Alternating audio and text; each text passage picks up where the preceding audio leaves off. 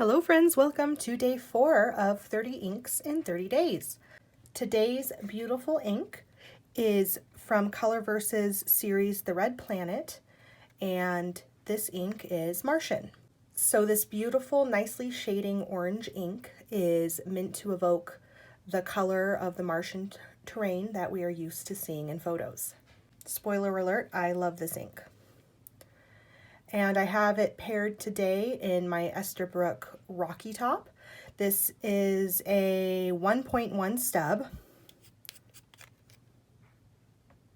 And when I purchased this pen, I got it because it reminded me of Mars. So I call this my Mars pen. So Viking 1 was NASA's first mission to Mars, and it landed at Kryze Planitia, which means the Golden Plains, on July 20th, 1976. Mars is the only known planet to be inhabited entirely by robots, and currently the Perseverance rover, which landed back in 2020, and I remember watching that was really exciting, is searching for signs of ancient microbial life by drilling and collecting core samples.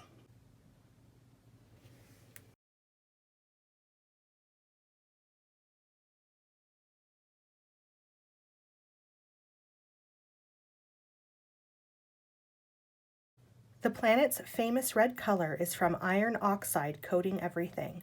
So it's a desert so old, it's literally rusting. And that is from Andy Weir, who is the author of The Martian, which was a really fun book and a really great movie. Mars is there, waiting to be reached. And that is from Buzz Aldrin, who is a big advocate of Mars exploration and future missions.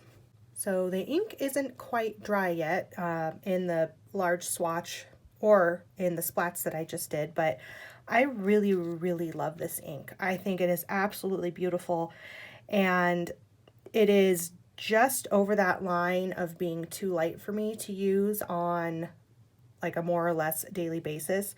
And when I do use it in a thinner nib, it does look a little bit darker because it doesn't show the shading up as much, but this I really love it. I love oranges, like rich, warm rust colors.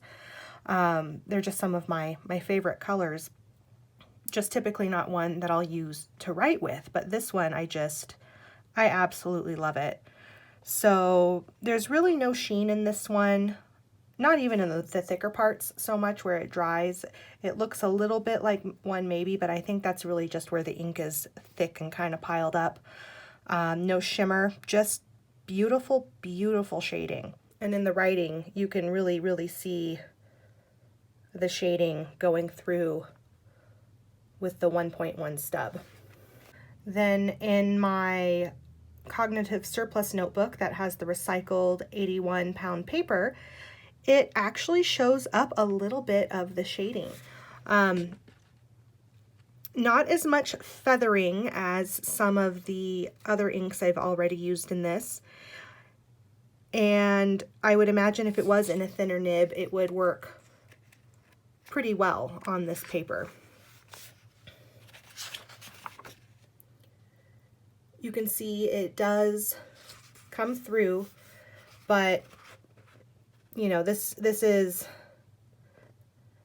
fountain pen friendly-ish paper. You can use it on them. It's just, it's not going to work as well as, you know, some of our fancier papers that we like to use. But yeah, it showed up the shading pretty well on this paper. So that is it for today. Thank you so much for watching, and I'll see you tomorrow. Bye.